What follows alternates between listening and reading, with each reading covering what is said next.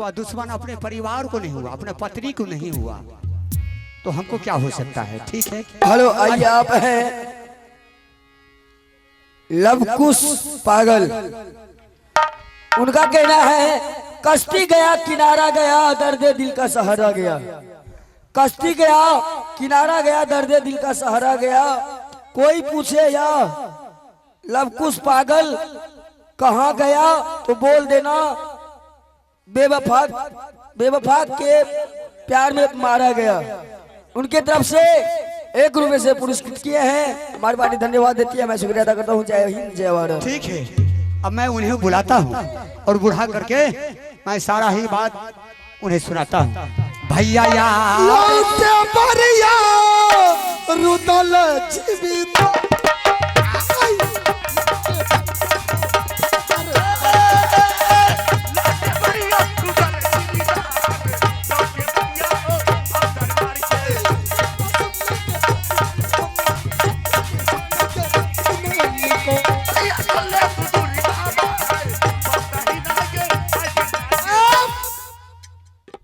अरे रे बा, बोलिए।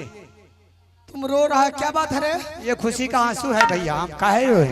खुशी का आंसू? हाँ। इसलिए कि दुश्मन चला गया राजमहल से। हाँ, इसलिए रो रहे हैं। अच्छा रे रे बा, हाँ बोलिए।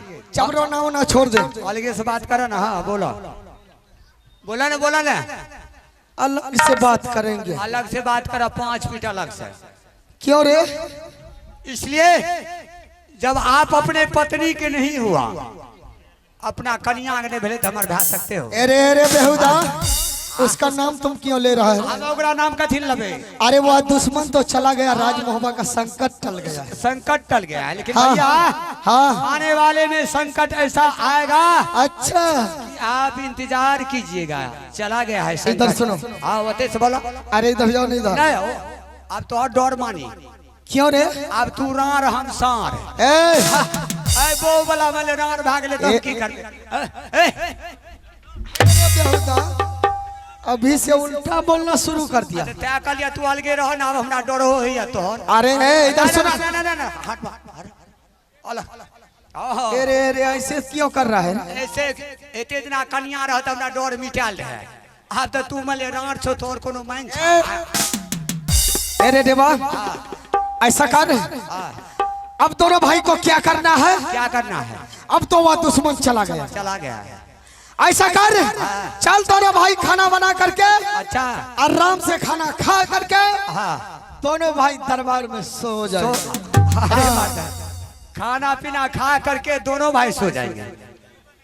तोरा लग हमें सुते ले जेबा, मर देते हम खून भाग मरब। अरे खाना पीना तू खा लिया, तू घरे में रहबो तो हम गेटे पर। अरे बेहुदा, जंगल में दोनों भाई एक साथ रहते थे। जैसे जंगल में रहते थे वैसे रहेंगे। चलिए अलगे रहेंगे, चलिए। अच्छा, अलग अलग रहेंगे। ठीक है, जैसा रहना है रहो, लेकिन वो दुश्मन का नाम मत लेना। हमरे वो भाग ले।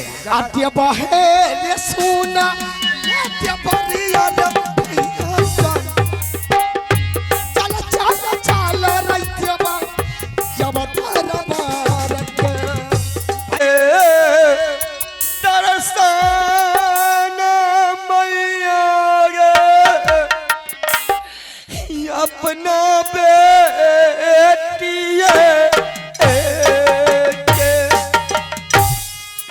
मैया है के सुन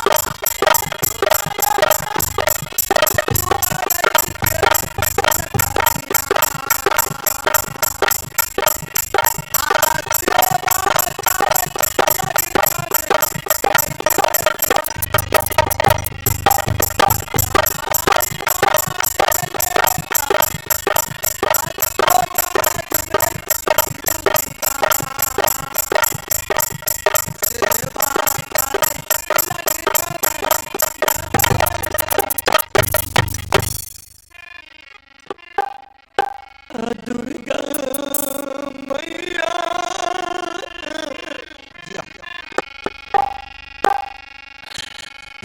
चौकिया मिनतिया मैया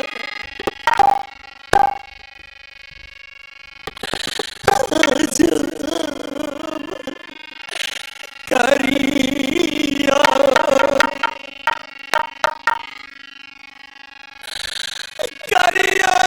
मैया जिया जिया ये गई से बकिया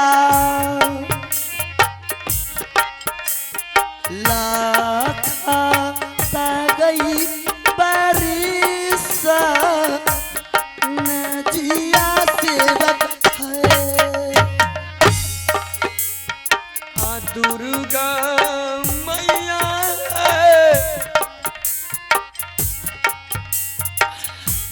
कौन है जन्म के मैया चुका मैं चुका लो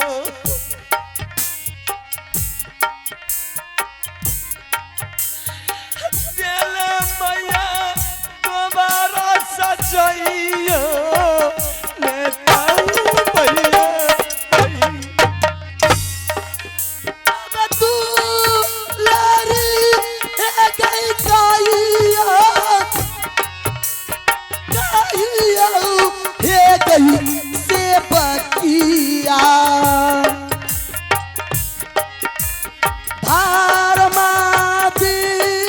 के बकिया मैं कहियो से बकई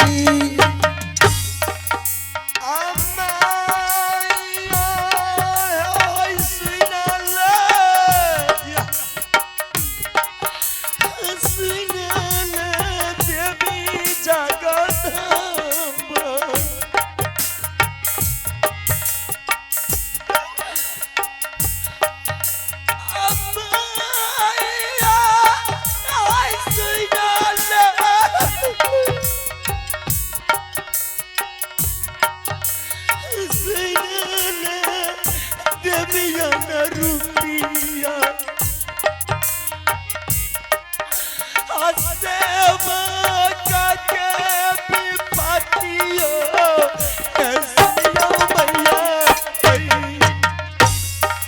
अब तू लारी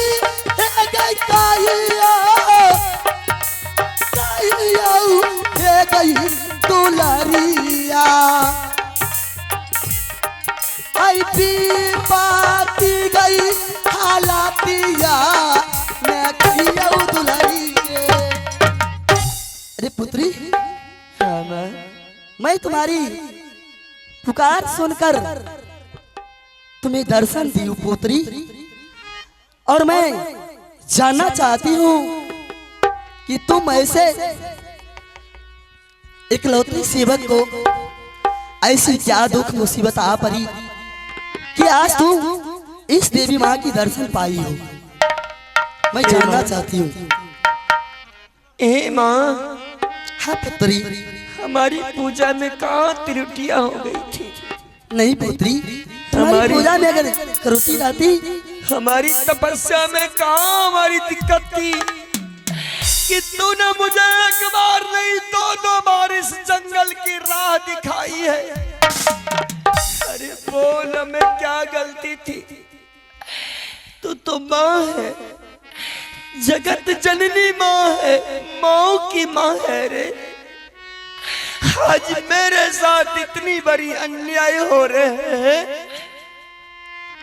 और तुम चैन की नींद सो रही है। बोल हमारी गलतियां कहाँ थी। नहीं पुत्री तुम्हारी कोई गलतियां नहीं है। ये सब जो तुम्हारी साथ हो रही है ये एक बात मैं आपसे पूछने के लिए चाहती हूँ। पूछ क्या पूछना चाहती हूँ। क्या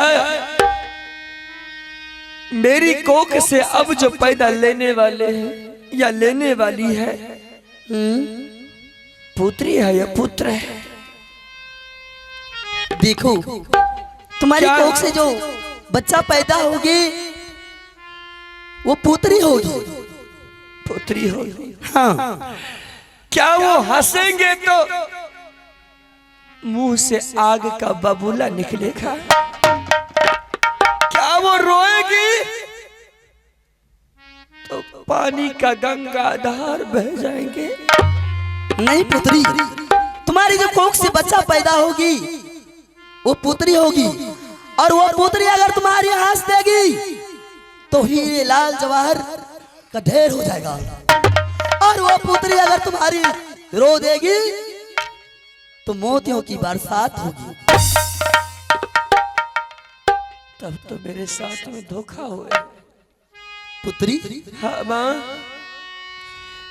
क्या वो पंडित जी जो आए थे राज दरबार में मोहबी किला में, क्या वो झूठ बोल के गए हैं? नहीं, क्या उन्होंने झूठ नहीं बोले, पर वो पंडित जी उसको उल्टा कर दिया, और उल्टा करने की वजह तुम्हारे साथ ये सब नतीजा हुई है। हे माँ, पुत्री, अब वो चंडाल राजा ने हमें तो 14 वर्ष के लिए वनवास को भेज दिए हैं। हाँ, बोल माँ, ये तुम्हारे जंगल में जितने भी जानवर हैं सभी सवारियां हैं, और वो सवारी शायद मैं किसी के आगे चले जाऊंगी तो उसका भोजन बन जाऊंगी। पुत्री, अगर तुम इस जंगल में आई हो तुम्हारी हर कदम पर तुम्हारी रक्षा करूंगी, और इस जंगल में तुम्हें जितना सुख मोहविराज में नहीं मिलते थे उससे कई गुना सुख तुम्हें मिलेंगे। लेकिन हे माँ, हाँ, अब एक बात बता दे माँ कि बोलो। मैं उस राजा से बदला कैसे लूंगी? अच्छा, हाँ, तुम माँ। उस राजा से बदला लेना चाहती हो? बिल्कुल मैं बदला लेने के लिए तैयार हूँ, क्योंकि उन्होंने मुझे एक बार नहीं 2-2 बार जंगल का राह दिखाया है। अगर तुम उस राजा से बदला लेना चाहती हो तो अवश्य तुम बदला लोगी। वो कैसे? इस जंगल में मैं एक छोटी सी झोपड़ी तैयारी कर देती हूँ, और तुम एक छोटी सी मंदिर बना लेना मेरी, और उस मंदिर में नित्य दिन तुम पूजा करना बेटी। माँ, और पूजा करते करते मैं तब तक क्या करूंगी, यहां से चले जाऊंगी मोहबी किला, और रुदल के सर पर बैठकर मैं उसे जंगल की ओर खींच लाऊंगी, और जंगल में वो शिकार खेलना शुरू करेगा, और शिकार खेलते खेलते मैं उसकी बदन की सारे पानी को सुखा दूंगी।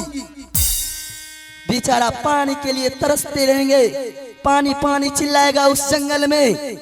पुत्री, तुम मेरी मंदिर में जाएगी पूजा करने के लिए, तुम मेरी पूजा करना छोड़ देना, तुम उस राजा के पास पहुंच जाना, और उस राजा को तुम पानी पिला देना,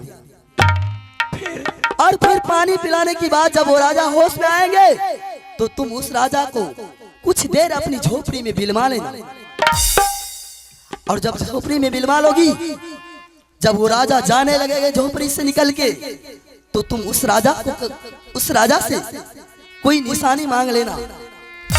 जिस टाइम तुम उस राजा को पानी पिलाएगी तुम अपनी घूंघट गिराकर, अगर घूंघट ऊपर रही तुम्हारी, वो राजा तुम्हें पहचान जाएगा। इसलिए पुत्री, जब तुम पानी पिलाने की समय आएगी तुम्हारी, तो अपनी घूंघट को नीचा कर लेना, और फिर उस राजा को पानी पिलाकर अपनी झोपड़ी में बिलवा लेना। हे माँ, पुत्री, लेकिन वो राजा चंडाल है, उनके दिल में दया थोड़ा सा भी नहीं है। पुत्री, हाँ, इसमें तुम्हें कोई चिंता करने की जरूरत नहीं है, मैं उस राजा की सारी बुद्धि को हर लूंगी। तुम जो कहोगे उस राजा को, वो राजा करने के लिए तैयार हो जाएंगे। ठीक है माँ, लेकिन आपको मेरे साथ रहना होगा। बिल्कुल रहूंगी, लेकिन मेरी जब मैं आपको याद करूंगी तो आप एक बार में आप मेरे सामने में प्रकट हो जाओगी। बस इतना ही आपसे याचना है माँ। बिल्कुल विनती है, भिक्षा मांग रही हूँ माँ तेरे दरबार में। पुत्री, मैं तुम्हारे साथ आज रहूंगी। ये बेटी तुम्हारे दरबार में, तेरे मंदिर में नित्य प्रतिदिन बचपन से लेकर अभी तक तेरी पूजा करती आती हूँ माँ। लेकिन भक्त को तूने बहुत कष्ट देती है रे, बहुत कष्ट देती है। पुत्री, हाँ माँ। अब इस जंगल में रोने की समय नहीं है। तुम अपने हंसी खुशी से इस जिंदगी को बिताओ और वो जो राजा तुम्हें तुम्हारे साथ ऐसे किए है उस राजा से बदला चुकाओ। आगे चुगा चुगा के नाम लेता हूँ, अब आगाली बेटी गया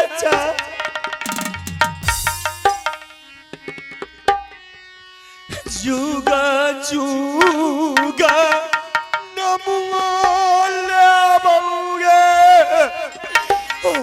मैं तो आरो के दुलारी के सु नीले से बाकिया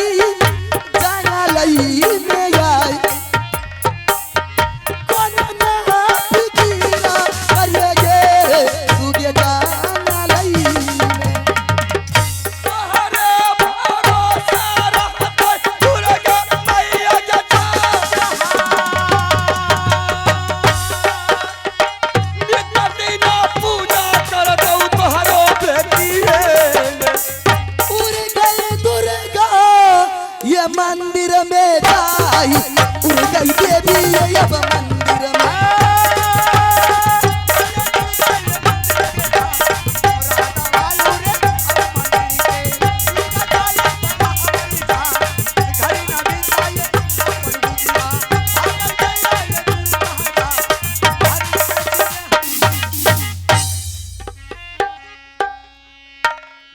आप लोग ने खेला का ये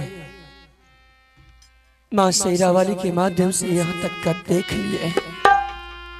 वो राजा का मजा चखाने के लिए मुझे माँ ने राह दिखा दी है कि बेटी, अगर तुम उस राजा को मजा चखाना है तो मैं तुम्हारे लिए एक झोपड़ी बना डाली हूँ और उस झोपड़ी में तुम जाकर के अपना निवास कर और उस निवास करने के बाद तेरे ठीक सो झोपड़ी के सामने मैं अपना मंदिर भी बना दी हूँ।